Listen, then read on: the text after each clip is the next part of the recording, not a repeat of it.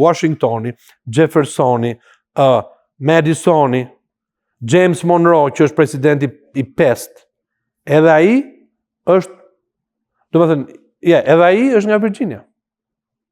So, këta, si thush, kishin monopolin. Dhe, ky plani i Virginias parashikonte 2 dhoma, kongresi, dhoma përfaqësuesve dhe senati, që më vonë, po parashikonte që këto të 2 dhomat do përcaktoheshin nga numri i popullsisë së shteteve që kishin. Sa më i madh shteti, aq më shumë kongresmen do kishte dhe aq më shumë senator do kishte. Plani i New Jersey ishte ndryshe. Plani i New Jersey thoshte që jo, do të ketë vetëm një dhomë, jo senat dhe kongres, jo senat dhe dhomë përfaqësues, po vetëm një dhomë, dhe kjo dhomë që do jetë, kjo do ketë nga një përfaqësues për çdo shtet, nuk ka rëndësi se sa popullsi jeton atë shtet. Atëherë u arrit në këtë lloj kompromisi që u bë. Në dhomën e përfaqësuesve, përfaqësimi varet nga popullsia e shtetit dhe në senat përfaqësimi varet nga 2 senator për çdo shtet. So i barabartë senat, por jo i barabartë në dhomën e përfaqësuesve.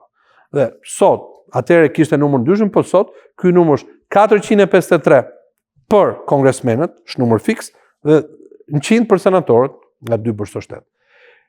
U kalua kjo fazë. Faza tjetër ishte shtetet e jugut tani, ku kishin sklever, në mënyrë që të arrisnin numrin e popullsisë tyre, por nga ana tjetër mos t'u jepnin drejta afrikano-amerikanë, kjo ishte loja e pistë e tyre, ata donin që popullsia të numërohej, po mos kishte drejtë në votës.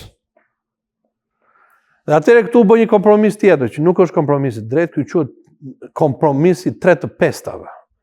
Domethënë, të gjitha sklevrit numëroheshin si 3 të pestat, jo si një njeri plot, po si 3 të pestat.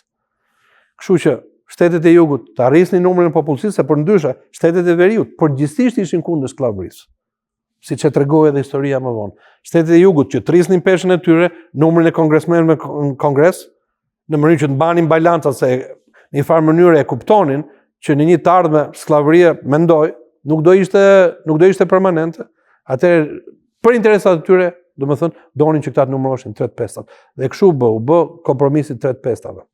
Po kompromisi më i madh dhe më i jashtëzakonshëm që u bë është kompromisi e asaj që quhet Bill of Rights, Karta e të drejtave, që janë 10 amendamentet e para të Kushtetutës së Shtetit të Bashkuara, në të cilën Jeffersoni, që ishte kryetari i Partisë Federale, antifederale, federali ishte Hamiltoni, ose e Partisë Demokratike Republikane, edhe James insistuan që ishte ky dokument, 10 amendamentet e para, ku të përcaktoheshin qartë të drejtat njerëzore.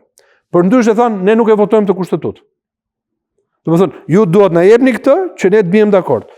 Dhe më kryesore nga këto janë, të 10 janë shumë kryesore, po më kryesore nga këto është amendamenti i parë i Shtetit Bashkuara, i Kushtetutës së Shtetit Bashkuara, që një të drejtën e besimit mbi të gjitha, kuptohet që këta njerëz ishin gjithë krishterë dhe këto e konsideronin si të drejtë esenciale, në mënyrë që çdo njeri ta adhuronte ashtu si ai i pëlqente. E dyta ishte e drejta e mbledhjes, e drejta e assembly, e drejta e peticionit. Domethënë që ti mund të shkruash me peticione mbretit, e drejta e shtypit, e drejta e fjalës, dhe e drejta për të shprehur mendimin tuaj. Domethënë këto ishin ato 5 të drejtat. Pak a shumë, mund të harroj një ose tjetër. Dhe këto u fund në themel, domethënë çdo njeri duhet të kishte këto drejta. Pastaj vjen në amendamenti i dytë, që është drejta për të mbajtur armë, që përdoret kaq shumë sot. Dhe nga gjithë këto amendamente, në fund fare amendamenti 8 është amendamenti i drejtave të shteteve, i cili thotë shprehimisht që gjitha drejtat të cilat nuk janë të përcaktuara në këtë kushtetutë u kalojnë shteteve. Domethënë çdo gjë që nuk shkruhet aty, nuk numërohet aty, u takon shteteve. Çdo thotë në pikpamjen tuaj ndarja e pushteteve dhe liria e fjalës dhe e besimit që janë vërtet në themelet e Shtetit Amerikan. Ndarja e pushteteve do të thotë, e përmend më pak, është ide franceze, Baroni de Montesquieu dhe Jean-Jacques Rousseau, de Montesquieu e formoi, do të thotë që në mënyrë që një shtet të jetë funksional dhe të funksionojë, nuk mundet që një pushtet i vetëm të ketë të gjitha pushtetet. Domethënë që të gjitha fuqitë e shtetit të jenë në dorën e një njeriu të vetëm. Kjo është ndarja e pushteteve. Dhe në mënyrë që ta balancojmë të bëjmë atë që quhet kontroll dhe balancë, Ne I ndajmë të pushtete në 3.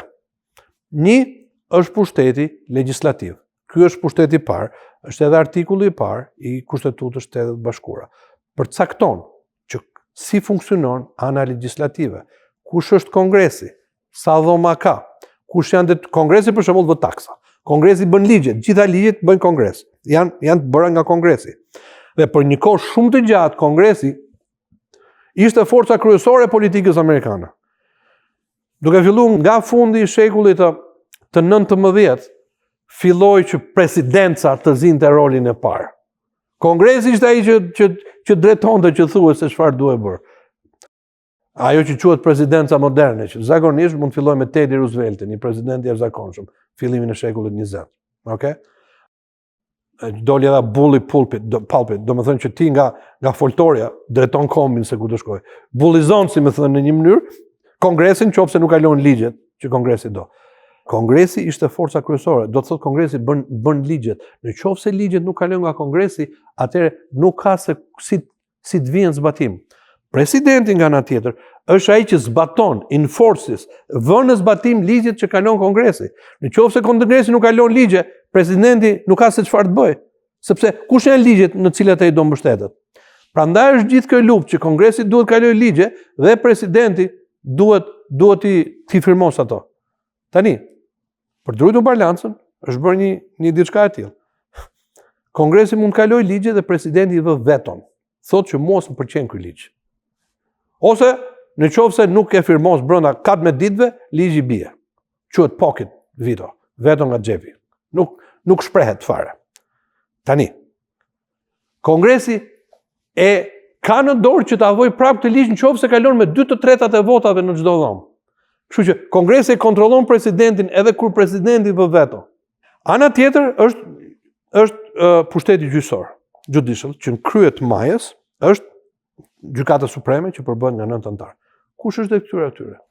Detyra e tyre është që në qoftë se kongresi kalon një ligj dhe presidenti është gati që ta firmosi, në qoftë se ata shohin se ky ligj është në kundërshtim me kushtetutën, atëherë shpallin ligjin jo kushtetues, unconstitutional, dhe ligji nuk mund të kalojë. Kështu që kongresi nuk mund të kalojë çfarëdo lloj ligjesh që ka qef. Thot kongresi për shembull ne na pëlqen Altin Zaloshnja. Nuk na pëlqen se nuk e jep mirë lëndën e historisë. Larg qoftë. Okay. Se thot. Okay. Dhe duhet më njohin kontributin. Kam edukuar shumë student këtë vend. Atëherë Gjykata Supreme do thotë, jo, sepse kjo është kundër, është jo kushtetuese, shkon kundër drejtave. Dhe ajo që e bëri më të fuqishëm gjykatës kushtetuese është një ligj, është një vendim I vitit 1803 besoj, që krijoi atë që quhet rishikimi gjyqësor, judicial review quhet. Ishte një rast ku presidenti kishte emëruar disa njerëz përpara se të lindte. John Adams kishte emëruar njerëz në orën e 11, in the 11th hour. I kishte dhënë një post. Jeffersoni, që u bë president mbas Adams, ishte Washingtoni, u bë John Adams nga Massachusetts, pastaj u bë Jeffersoni për 2 mandate, mbas atij u bë James Madisoni. I thotë që, okay, nuk mundet ti s'mund ta emërosh të njeri, domethënë gjykatës në kohën një orë përpara se ty të mbaroj mandati. Ke parasysh? Po normal. Atëherë kjo vajti gjykata kushtetuese. John Marshall was leader I gjykatës kushtetuese.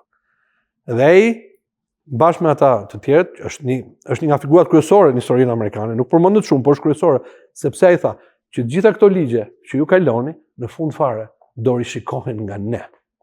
Ne jemi pushteti që do t'u japi tyre juve të drejtën për të thënë që është ky ligj kushtetues ose jo. Dhe krijohet ajo që quhet precedent.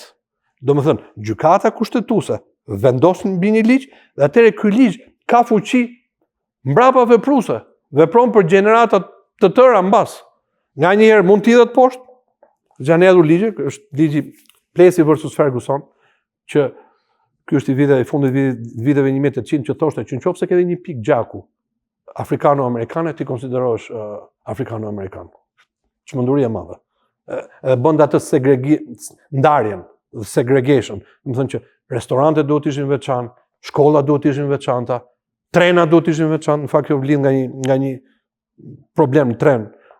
Se ky personi ishte 100% I bardhë, nuk u duke fare. Vetëm ata gërmuan që ky kishte dikur në pemën e tij familjare, ai kishte një paraardhës që ishte afrikano-amerikan. Por prapë këtë ligj, që ishte precedent, shërbeu precedent deri në vitin 1956, kur doli ajo Brown versus the Board of Education in Topeka, Kansas. Browni kundër bordit edukimit në qytetin Topeka në Kansas, që tha që segregacioni është jo kushtetues. Domethënë, holli poshtë një ditë më parë në gjykatës supreme, që në fund fare ndodhi kjo që tani fëmijët shkojnë në shkolla, nuk ka rëndësi se çfarë je. Vjen nga Azia, vjen nga Afrika, vjen kudo që t'jesh, kushdo që të jenë pasazhet e tu, fëmijët kanë drejt, edhe restorantet kanë drejt shkojnë në të njëjtin restorant, në të njëjtin shkollë, do thonë në të njëjtin tren, në të njëjtin autobus, etj. etj. Domethënë, kështu është mënyra se si janë formuluar. Prandaj kjo ndarje është kaq e rëndësishme. Tani, të gjitha këto pushtete kontrollojnë njëri tjetrin. Thash që presidenti vën veton, kongresi kontrollon presidentin. Gjykata kushtetuese thot presidentit që kanë shkelur kompetencat, kjo është jo kushtetuese. Presidenti emëron anëtarët e gjykatës kushtetuese. Kongresi i miraton. Dhe pastaj ata bëjnë anëtar. Domethënë, të gjitha këto fazat shkojnë njëra mbas tjetrës.